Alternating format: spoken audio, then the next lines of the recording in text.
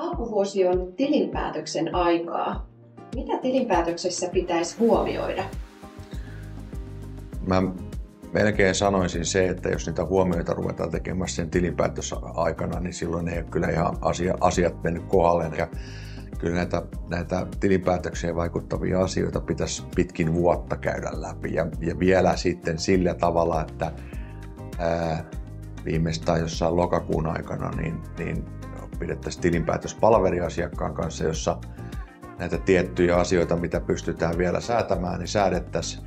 Ja meillä on erittäin tärkeää näissä tilinpäätösasioissa on se, että jos on tilintarkastettava yhtiö, että myöskin ne asiat ollaan samaa mieltä sen tilintarkastajan kanssa asiasta.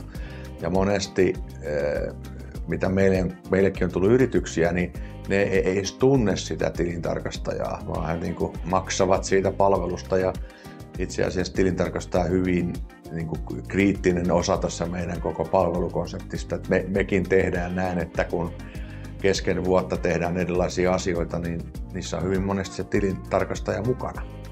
Ja ne sitten leimaa tämän lopullisesti kumminkin tämän tilinpäätöksen, että siihen pitäisi oikeastaan niin kuin varata aikaa. Se on niin kuin semmoinen, että sitä kannattaisi katsoa pari kertaa vuodessa läpi niitä asioita vähän syvemmin, jolloin siinä niin kuin varsinaisessa tilinpäätöksessä, joka on hyvin kiireistä aikaamme alalla, niin ei tulisi sitten semmoisia niin kuin kiviä kenkään, että niitä sitten hätäpäissään joudutaan ratkoa.